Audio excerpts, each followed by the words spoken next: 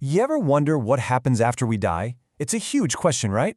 Well, today, we're going to dive into some really fascinating ideas about it, all coming from a debate in this super unique after-school club. So, I'm going to ask you straight up, what's your plan for the afterlife? I know, it's a heavy question. Maybe something you haven't really thought about, or maybe you've thought about it a lot. But believe it or not, that's the exact question a group of teens are debating in this after-school club.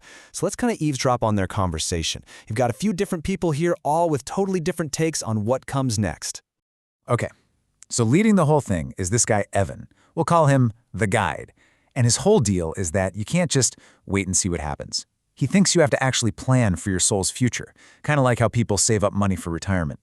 But right away, he gets a challenge from Diesel. He's our skeptic. His view? It's super simple. When it's over, it's over.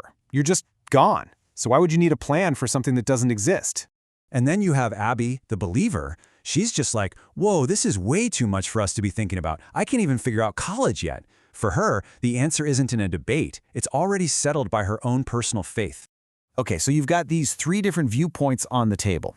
And that's when Evan, the guide, lays out the core of his whole theory. He says, look, when it comes down to it, there are really only three main paths your soul can take. So let's break these down. Option 1, dissolve. Your soul just disintegrates. Poof, cosmic dust. Option 2, revolve. Think reincarnation. You come back in another body to keep learning lessons you didn't get the first time. And then there's option 3, evolve. This is like graduating, moving on to a totally mystic spiritual world. But, the real question is, what decides which path you take? And this is where things get really interesting, because it brings us to the main disagreement. Abby's point is that her belief in heaven is so strong that belief itself will make it real for her. But Evan says, nope, belief isn't enough.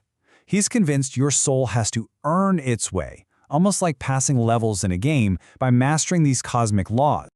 So, how do you earn it? Well, to explain this, Evan throws out another idea. He says to think of it like this. Every single one of us is enrolled in a type of school for our soul. And most of us don't even know we're in class. And there are 3 of these schools. First, there's Soul School. This is for people who are actively trying to grow spiritually, to become better. Then there's Fake School. This is for people who get fooled by easy answers or, bad influences.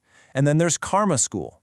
Evan says this is the default setting for almost everyone. It's where you just learn from the consequences of what you do over and over, unless you make a real choice to switch schools. Right.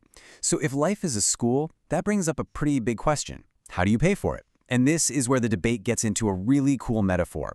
The idea is that spiritual energy is like currency. It's like you have a bank account, but for your soul. And they compare these two types of energy to water. You have this pure, mystic energy, which is like fresh, clean water. Sure, it takes effort to get it. You have to pay the price up front with hard work and doing the right thing, but it's good for you, no strings attached. But then there's this polluted, chaos energy.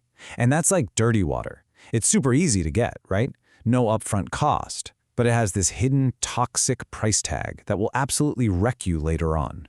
And this right here, this is the light bulb moment for Diesel, our skeptic. It suddenly clicks for him. He's like, oh my gosh, that's like my science test. He believed he was going to ace it, so he didn't study. And what happened? He failed. He gets that he has to pay the price, the studying, before the test to get the A he wants. It's such a perfect real-world example.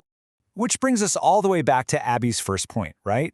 Why should any teen even care about this stuff? And this is where the whole debate really hits home. Because according to Evan, this stuff is actually most important for teens. His argument is, look, you've got the most to lose, like 70+ years of life ahead of you. Your habits and what you believe aren't set in stone yet, which means you're not just open to new ideas, you're also way more vulnerable to bad ones. And then he drops this bombshell. There's apparently a cosmic clock that starts ticking right around your age. Yeah, a very specific number, 13. In his theory, age 13 is when your soul's past karma, all the good and bad stuff from before, really starts to unfold and come back to you.